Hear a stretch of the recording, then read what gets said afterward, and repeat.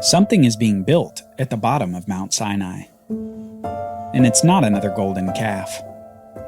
This is bigger, much bigger, and it requires much more skill to make. It's beginning to look like a structure of sorts. You might call it a tent, but not like the other tents in the camp of Israel. To build this tent, blue, purple, and red yarns are required. Quality woods like acacia are being sought. And metals like gold, silver, and bronze are needed. Fine linens are being made. Ram and goat skins are being prepared. But the tent is not all that's being built. New clothing is also being made. Clothing for Aaron and for his sons. Special robes made of these fine yarns and linens, with fine jewels woven into the clothing. This fine clothing will be used in this large tent structure being constructed. They've been working for months on this building project. A project that Moses came to them with after he again went up to God to receive a new copy of the 10 Commandments stone tablets. Moses had broken the first set of tablets when the people had broken the covenant with the golden calf. And with this new set of tablets, it was as if God was giving them another opportunity. When these new tablets were made, God had said to Moses, "Yahweh, Yahweh, a God merciful and gracious, slow to anger, and abounding in steadfast love and faithfulness, keeping steadfast love for thousands, forgiving iniquity and transgression of sin, but who will by no means clear the guilty, visiting the iniquity of the fathers on the children and on the children's children, to the third and the fourth generation." With these new tablets, God was demonstrating that he could have wiped out the Israelite camp for their covenant violation. But he was instead being gracious toward them, not overlooking their sin, but seeing it, and yet being kind to them and giving them another opportunity for obedience. But this obedience would be especially difficult, because as we saw through the book of Genesis, the sins of the fathers often show up in the lives of the sons. We haven't seen the last of Israel's idolatry. With these new stone tablets of the 10 Commandments, Moses returns to the camp after another 40 days and 40 nights on Mount Sinai with God. As you can imagine, this return from the top of the mountain doesn't have the same character as the first time he came down. The people have learned their lesson. But Moses himself is also different from the last time. As he comes down from the mountain, the people can't bear to look at him in the face. Apparently, these interactions with God have caused something of a brightness and a shining appearance on the face of Moses, so that the people fear to even look at him. For the sake of the people, Moses begins to wear a sort of veil to obscure his face's bright appearance from speaking with God. When God's glory rubs off on a person, others take notice.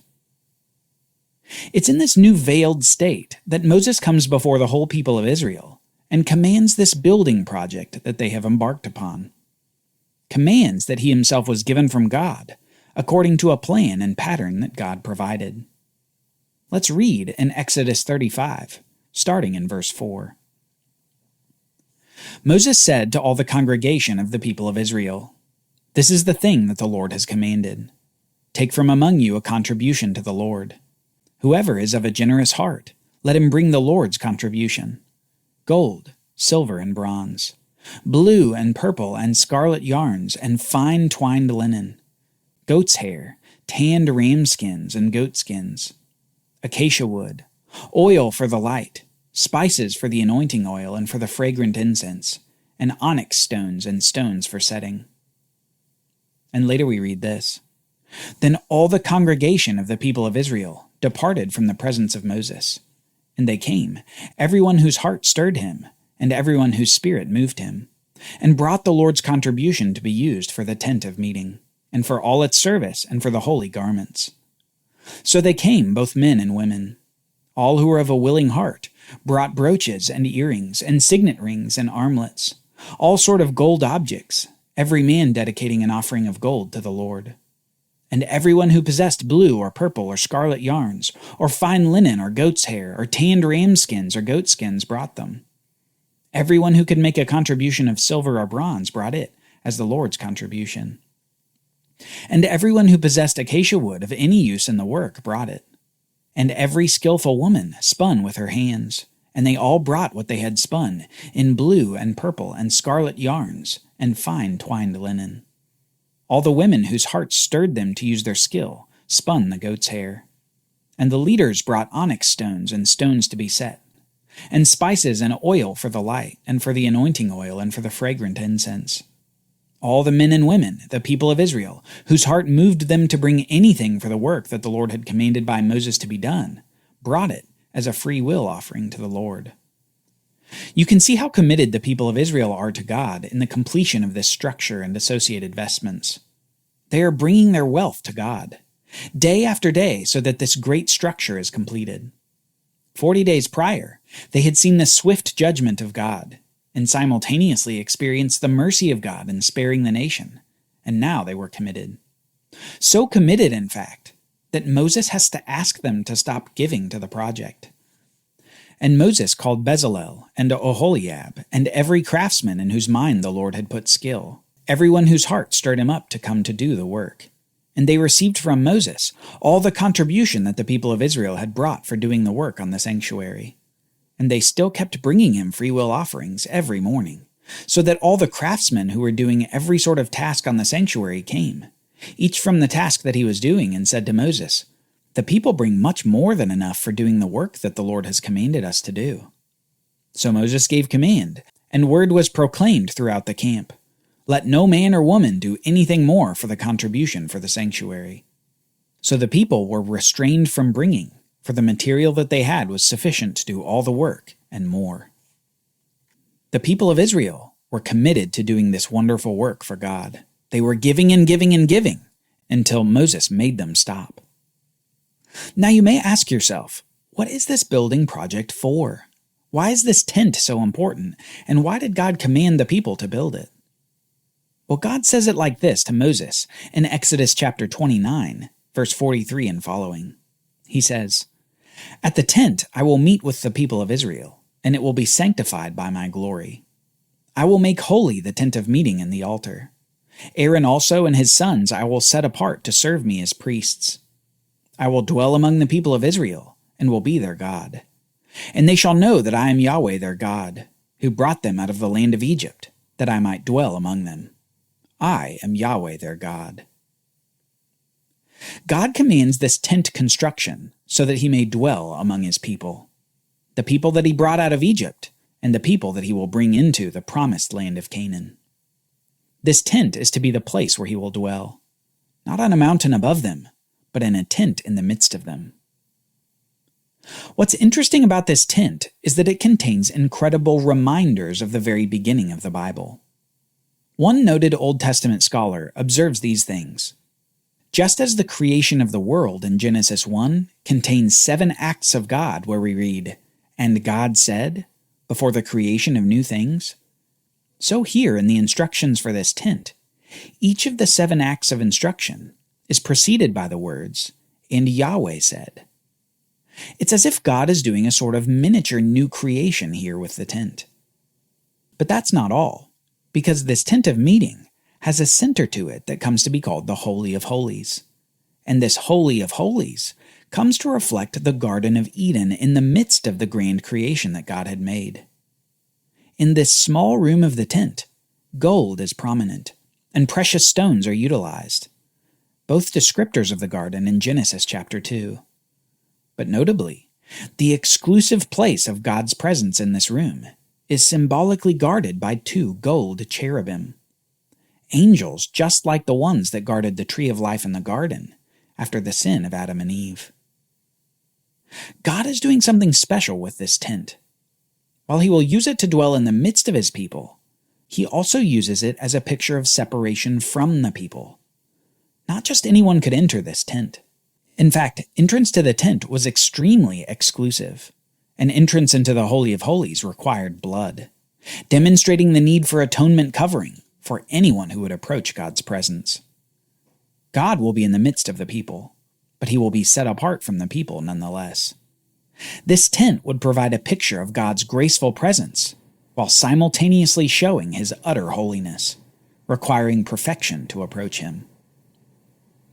Now there in the Holy of Holies was also the most important piece of equipment in the entire structure. There was a chest of sorts called the Ark of the Covenant. It was a wooden chest overlaid with gold, in which the tablets of the Ten Commandments would rest. A constant reminder of the holiness of God and his laws he'd given to the people of Israel. Just on top of this ark, between those two cherubim, was the place where God would dwell. Within the tent, behind the layers of curtains, in this room, God was there, in a symbolic garden. The life and joy of the garden was where God was, but no one could stay there. No one was qualified to stay there with God. This is the lesson of the tabernacle tent. A lesson taught to every Israelite who looked upon the tent, but couldn't enter it because of their sin. After months of preparation and building, and sewing and fashioning, this tabernacle was completed. The tent was finished, and the people brought their work to Moses. Let's read in Exodus 39, starting in verse 33. They brought the tabernacle to Moses, the tent and all its utensils, its hooks, its frames, its bars, its pillars, and its bases, the covering of tanned ram skins and goat skins, and the veil of the screen, the ark of the covenant with its poles and the mercy seat, the table with all its utensils and the bread of the presence, the lampstand of pure gold, and its lamps with the lamp set and all its utensils, and oil for the light, the golden altar and the anointing oil, and the fragrant incense, and the screen for the entrance of the tent, the bronze altar and its grating of bronze, its poles and all its utensils, the basin and its stand, the hangings of the court, its pillars and its bases, and the screen for the gate of the court, its cords and its pegs, and all the utensils for the service of the tabernacle, for the tent of meeting, the finely worked garments for ministering in the holy place, the holy garments for Aaron the priest, and the garments of his sons for their service as priests. According to all that the Lord had commanded Moses, so the people of Israel had done all the work. And Moses saw all the work, and behold, they had done it, as the Lord had commanded, so they had done it. Then Moses blessed them. Everything had been prepared.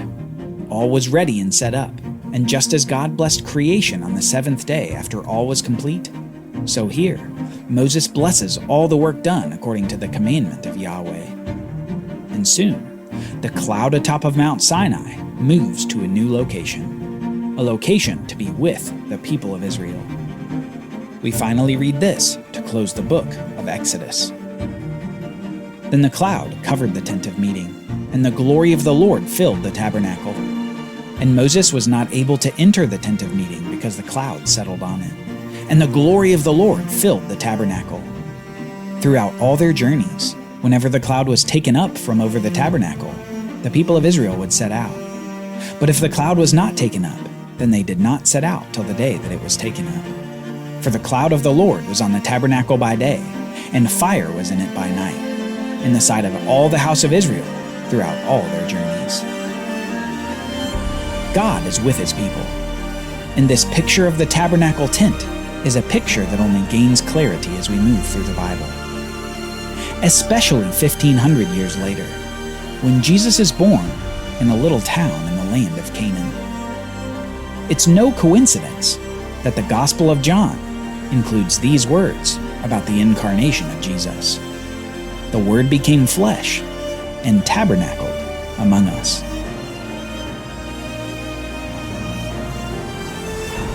Join us next time as we explore how Jesus relates to this tabernacle in the camp of the Israelites. We'll answer the question, how is the tent of Jesus better than the tent of Israel? For Bible readings, reflection questions, and quizzes, don't miss the Bible Brief app. Available on iOS and Android, so you can go deeper into the story. The Bible Brief is a project of the Bible Literacy Foundation, a nonprofit dedicated to helping you learn the Bible. Give to support the Bible Brief by visiting BibleBrief.org or tap the Give link in the show notes. Thank you for supporting the Bible Literacy Foundation.